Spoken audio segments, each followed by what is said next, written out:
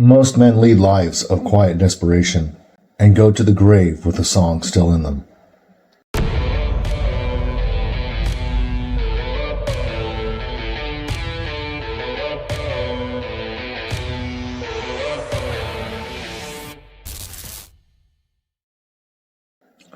Welcome to the Dangerous Gentleman podcast.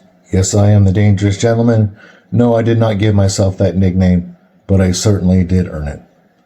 That quote is by Friedrich Nietzsche, and you may not agree with everything that Friedrich Nietzsche said. I agree with very little of what Friedrich Nietzsche actually said. But that quote hits me every single time I read it. And the first time I read it, I don't remember, but it spoke to my soul. Because I've been at that place. And I have spent most of my life in that place where I just felt like this desperation that was coming from deep down in my soul. I just didn't know what to do with myself. I felt lost and I felt hopeless. I felt like I was constantly reaching up from the bottom, that I was clawing and scratching my way out of a deep, dark hole. But I couldn't get anywhere because I was still in the bottom of a hole. And I hadn't quite hit the bottom of that hole. People talk about rock bottom. I wasn't there, right? I've talked about what my life was like. I was homeless. I was a drug addict. I was completely dependent on a relationship with someone who didn't give a shit about me. My connection with God was gone. My connection with family was gone. I was literally wandering around the streets in a pair of flip-flops and gym shorts for weeks. Now, for some, that may not be as big a deal.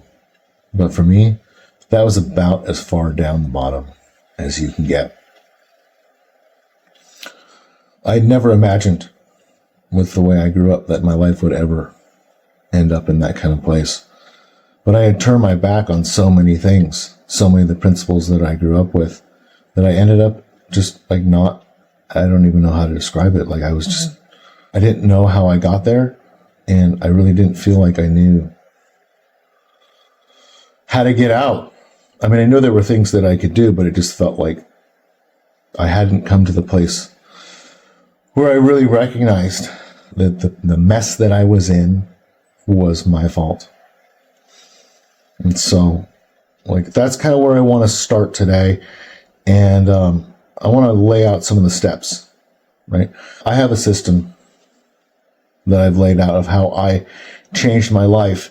And there's some very specific things that I've done. I'm not going to get into all the specifics, but we're going to just lay out a few things of what it took for me to go from that place of just absolute desperation, where my life, unrecognizable, to where it is now. And so, the snapshot was this life of desperation. Now I have people who rely on me. Now I have people who care about me. Now I have people who, like I talked about last time, because they're my friends and because they care about me, they send me a stack of books about how to be a good husband and a good father. I have men who send me study Bibles because they care, because of the impact that I've had in their lives. I have people who come up and thank me almost every day for how I've touched them. And I've dealt with the George Bailey effect. I don't know if you understand that reference, but if you've ever seen A Wonderful Life, a big part of that movie is the point where George Bailey thinks that his life has had no meaning. And he gets to the point where he almost kills himself, where he tries to actually kill himself because he thinks that not his family, not his friends, not his neighborhood, not his town, nobody is better off or worse off because of him. He feels like he has had no effect. And I have been there multiple times in my life, and I've prayed to God, I don't want to feel this way anymore. I want to feel like I'm making a difference. I want to feel like I'm making an impact with people. And each time I've prayed that prayer, and not just prayed the prayer, but acted on moving towards being that kind of person, God has brought things into my life where He's given me opportunity to have impact. I mean, I'm a chiropractor. I help people every day with their lives. And I could just go through the mundane details of doing my job and helping people. Or I can actually sit back sometimes and go, I help that person with their pain. I helped improve their quality of life. I made a positive impact. Not only that, but like I'm an elder in a church. I'm a leader in a men's online group for men who are trying to improve their lives. I do this podcast for people. Whether that helps people or not, I don't know. But I like to feel like it's making a positive impact. I have friends that rely on me now. And so I've gone from that place of quiet desperation. And yes, I still feel that every once in a while. But when I actually sit back and look, I go, wow, I'm making a positive impact. And so today, I just want to lay out a few of these steps that I have taken in generalities, right? And it's really, this is what men are looking for. Men in particular, but society, just society in general, they're looking for an opportunity to have a purpose, to feel like they're making a difference. And we're constantly being put down. We're constantly being beat down and told that we're not worth anything. Oh, we are. But we have to act like it. Right? When we act like it, we have worth, we have value. If we continuously tell ourselves that we don't have value, or if we continuously believe the lies that we have no value, then we'll have no value. But when we act like it, the truth comes out. And so here we're going to go through just 5 quick steps, 5 things that we can all do to go from that place of quiet desperation to having a life of meaning. And the first one is to face the truth and to look at your life. And what I mean by that is to look at your life and realize that the situation that you were in is 95 to 99% on you. You've made plenty of mistakes, and you can blame other people, but you're not going to get anywhere by doing that. So accept the responsibility that's yours. Stop blaming other people.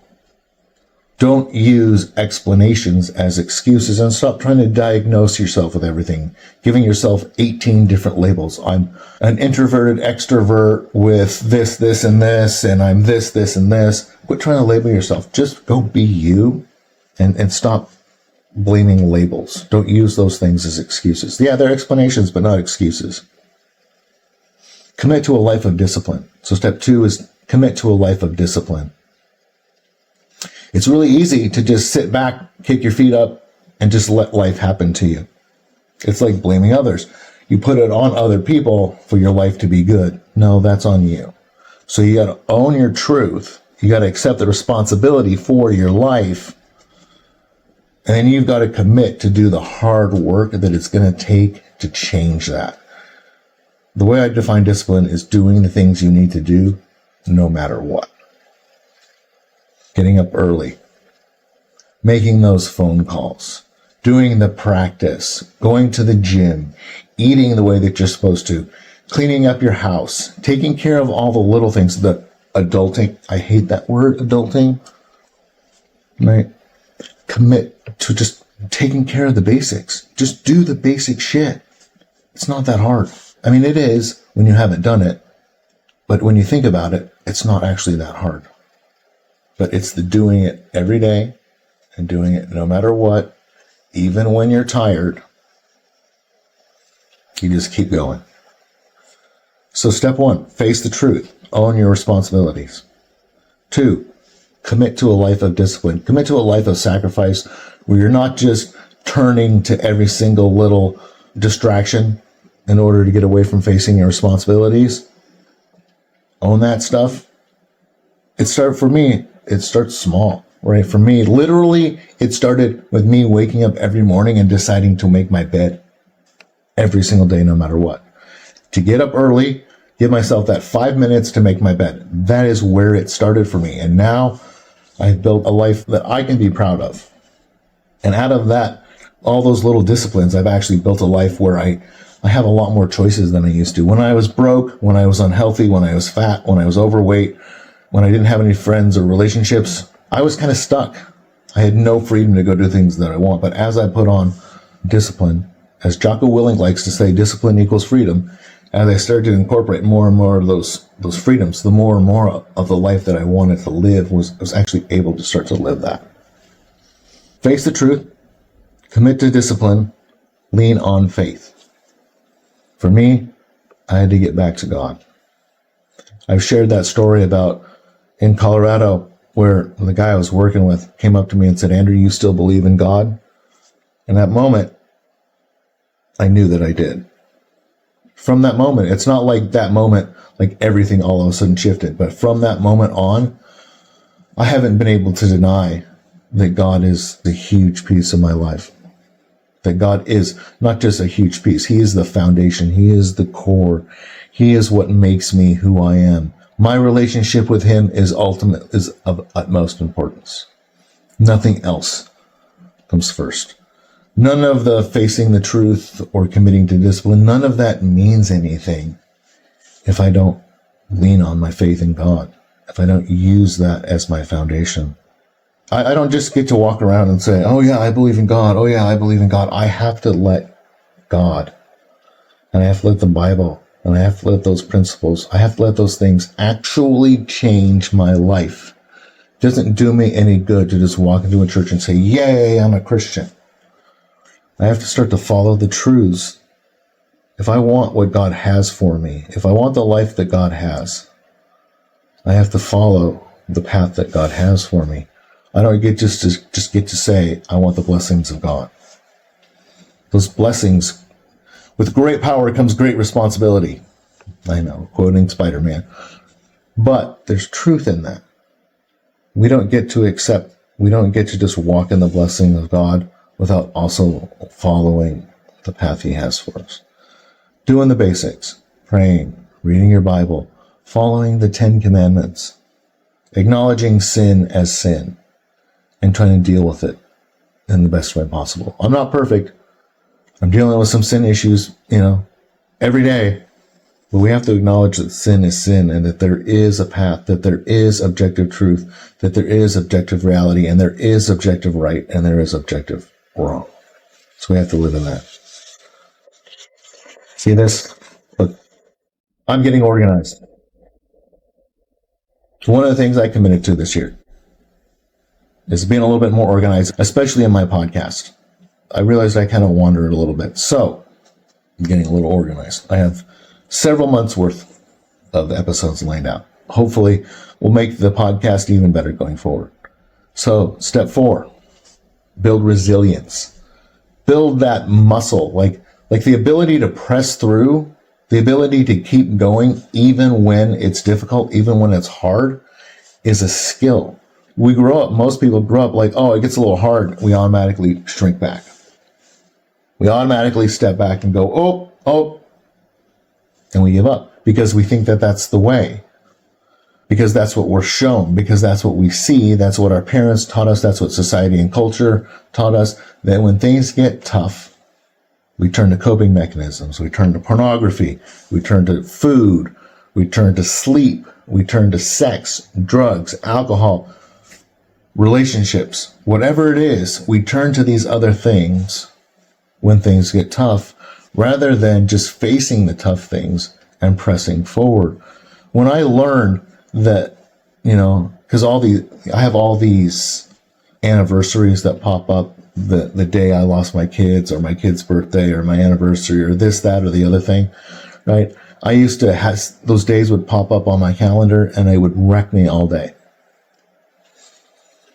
I would just sit in my office or wherever I was. I would be consumed with thoughts and I would cry and I would just be a mess because I kept trying to run from those things.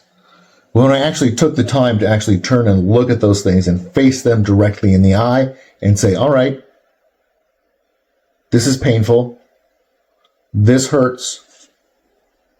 You get X amount of time. I acknowledge your presence, painful memory. Now I got to move forward.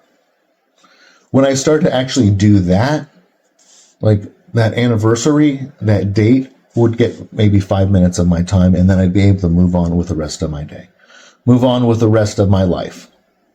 And now I can walk by the toy aisle in the store and not cry thinking about my kids because I face that pain rather than want to run away from it.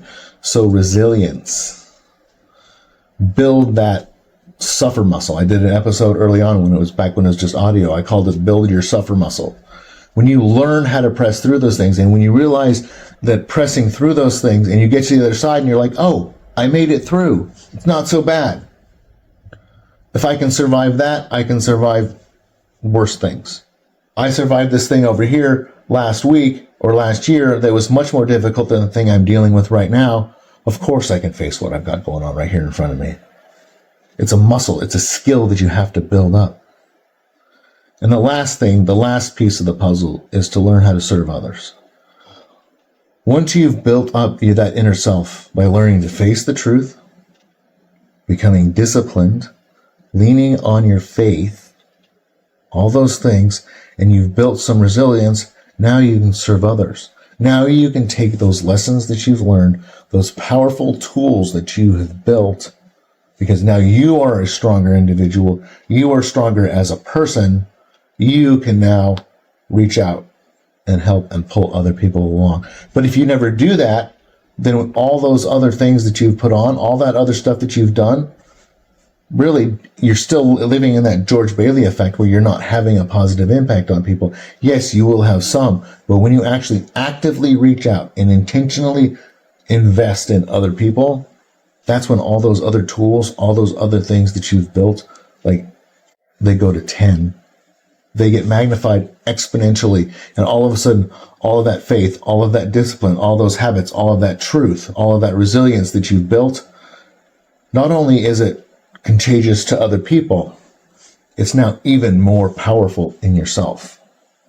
So that life of quiet desperation that I lived with little purpose, wandering the streets, no connection really to anybody, was miserable.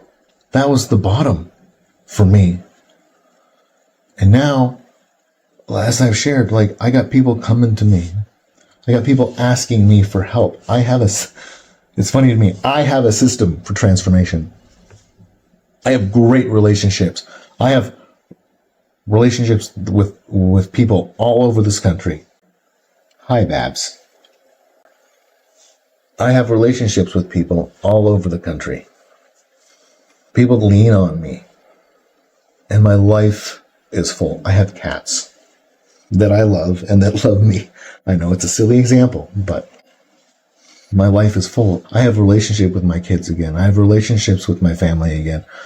I'm active in the community. I'm active in politics. I'm active in my church.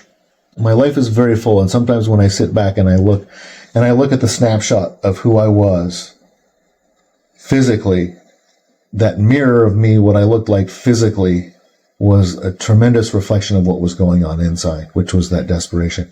And then I look at me now and my life externally and how that reflects what's happened internally. And I'm not trying to brag. I don't want to brag. But, yeah.